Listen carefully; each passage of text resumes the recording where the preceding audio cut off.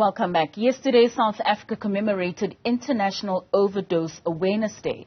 The day is part of national government's implementation of the National Drug Master Plan, a blueprint to combat the scourge of alcohol and substance abuse. But to put us in the picture about the significance of the day, we are now joined by Deputy Social Development Minister Hendrietta Bogopane-Zulu. Minister, thank you so much for joining us this evening.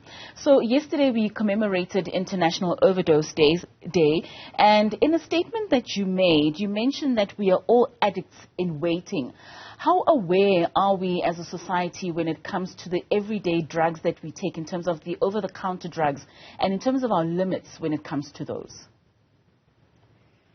Indeed, we are all addicts in waiting because the day just reminds us and gives us an opportunity to reflect on our everyday life, as you have said, but also on our relationship with illicit and licit drugs.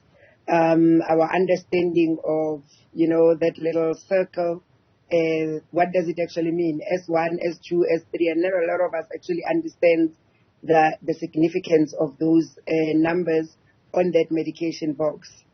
So there really is no limit, to tell you the honest truth, because our DNA and our makeup is different. So you can take one, let's say for argument's sake, allergics and go to sleep. And somebody else can take 5 and be very awake. So what is important for this day, it's for really each and every one of us relate to what is prescribed to us. Are we taking it properly? Please drink half a tablet, Hendrietta. I know, cutting it will be too much trouble. So much drink the whole one, And we don't even have a broader understanding of drug interaction. We don't have an understanding of life cycles of drugs. But we also don't understand that for example, your antidepressants, they assist us on an everyday life when we are depressed, but actually they're not good for us. They fall under and they are actually utilized to create a lot of illicit drugs. So there's no limits. We just need, this day says, South Africa, please reflect. 3 cups of coffee a day, guys, that's too much. That's already an overdose on caffeine. You are not drinking coffee anymore. So it's the little things that we do every day that the 31st of August, the world takes a reflection and really understand, because we think that when you overdose, you die. But actually, there's a lot of, the statistics of those that survive are very high as compared to those that die. So, Deputy Minister, in the dialogues that you've been having, how prevalent is the move from taking those illicit drugs to then moving on to harder drugs?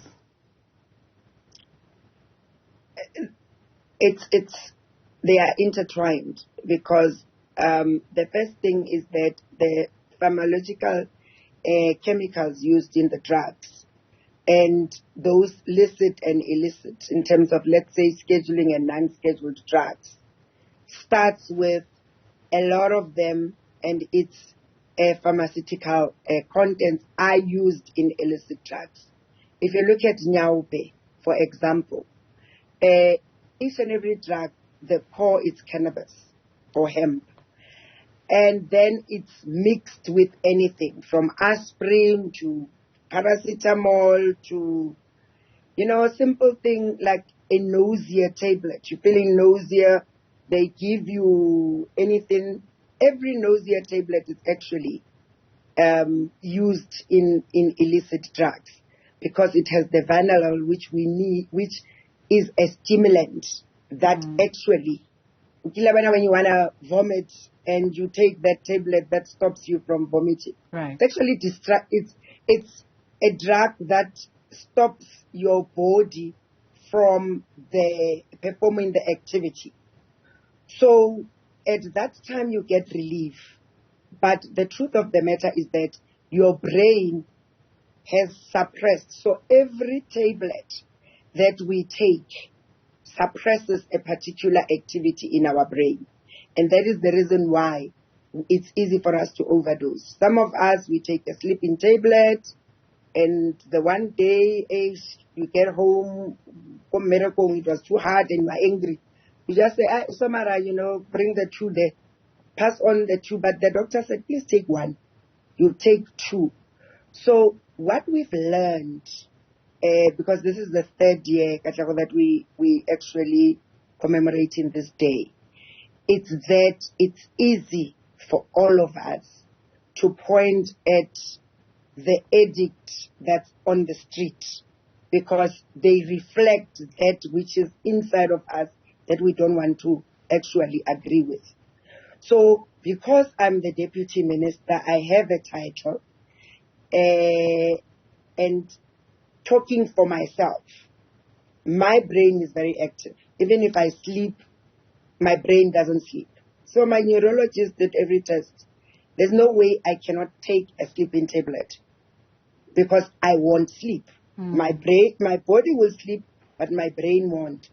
So you take me, that's my real life. I'm not different to somebody that is standing at the street corner taking nyaupe.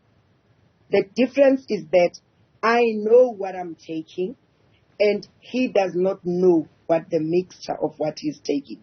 And that's the only difference. Hence, I always say, all of us, irrespective of who we are addicts. We are addicted to one thing or the other, be it shopping, be it sex, be it alcohol, but there is an addiction which starts with an obsession, and then by the time it becomes an addiction, you will always overdo whatever it is. Most certainly. So what efforts is your department making in ensuring that communities have sufficient information in what you're talking about right now? First and foremost, we do have an everyday campaign where we educate communities through our social behavioral change programs, starting even with children, for children to actually understand why, 10 to 14-year-olds, chomies, our YOLOs, 15 to 18, 19 to 24. And as we talk, for example, today we launched the Alcohol Fetal Syndrome Awareness 999 campaign, and that incorporates educating women on the misuse and abuse of alcohol and drugs, and protecting the rights, and we're going to do that over 9 days. But the Central Drug Authority is established to make sure that South Africans are informed and educated, and hence all of these are included in our drug master plan, which is the country's blueprint.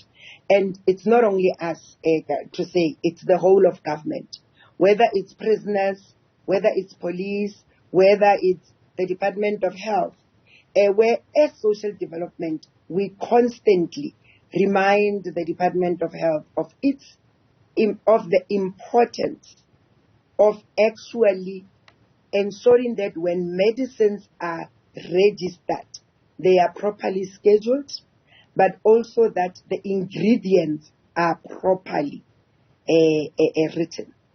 Because when you go to a doctor, Garab, if you would remember, the first question you are asked is, are you diabetic? Do you have high blood pressure? Are you asthmatic? What kinds of chronic medication are you taking? We always assume that's a routine question, but actually the doctor wants to establish which medication you are on, because other drugs, you can't have them at the same time in your body, because they are actually stimulants and they are antidepressants, but they are also drug interaction. You cannot take this one and this one at the same time. It's like alcohol and coffee. Again, when we come from the Shebin, what do we do? You are nicely drunk, which means you've overdosed in alcohol, and then the first reaction is, hey, give Hendrietta black cup of coffee. And then people go into a coma, they get a stroke, they get a heart attack, because the alcohol it's above what your blood. But now we are introducing caffeine. And now caffeine and alcohol cannot exist at the same time in the same body. Hence, we have the high prevalence of heart attacks, the high prevalence of strokes, the high prevalence of kidney failure. It's all of these drugs that are not supposed to be in your system at the same time. Deputy Minister, you make mention of the 999 campaign that you launched today with regards to fetal alcohol syndrome. What are some of the social ills that you are finding are really contributing to the high prevalence of FASD among pregnant women? Today we launched the program in Klerksdorp in the Northwest, and I shed a lot of tears because majority of the attendants were 12, 13, 11-year pregnant girls. And when you ask a lot of them to say, but Mchana, why are you pregnant? What actually happened? And you have a 12-year-old that tells you, I was at a tavern and I was drunk and I can't even remember what happened. And here I am pregnant. And then we had women that stood up and said, well, it's a coping mechanism because I am in an abusive relationship. So I cope and hence I drink. And others say, well, it's generational because it is generational. If Hendrietta drinks and gives birth to a child with FAS, that child, when they become pregnant, they'll also give birth to a child with FAS. Because FAS, it's extreme alcohol that becomes part of your blood system. And a lot of others were saying, well, pressure, we want to belong to a particular group. The others, they just drinking for the fun of it. And truth be told, a lot of the women in Klerksdorp, including the men, let me say the community, because as much as we talk to women in terms of FAS, the campaign is open to everyone. A lot of the men acknowledged their lack of support because a lot of women said, look, I drink because he left me, because he denied my pregnancy. So as women, we drink and we have a lot of reasons why we drink.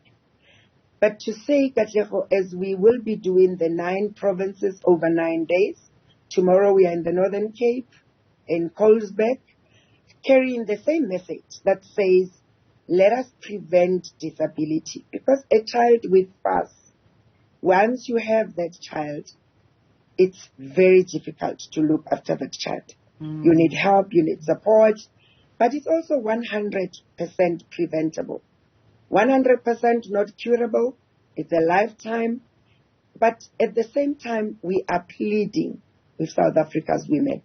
And oh girl, women, we drink. We drink more than men these days. So when you say to me social ills, it doesn't matter what you're going through. Alcohol can never be the solution. Most certainly. And we say, women, please, please, don't steal your children's future. Don't breastfeed while you are using alcohol, whether it's also drugs, whether it's the famous bubblies that is busy killing South Africa. It doesn't matter what it is.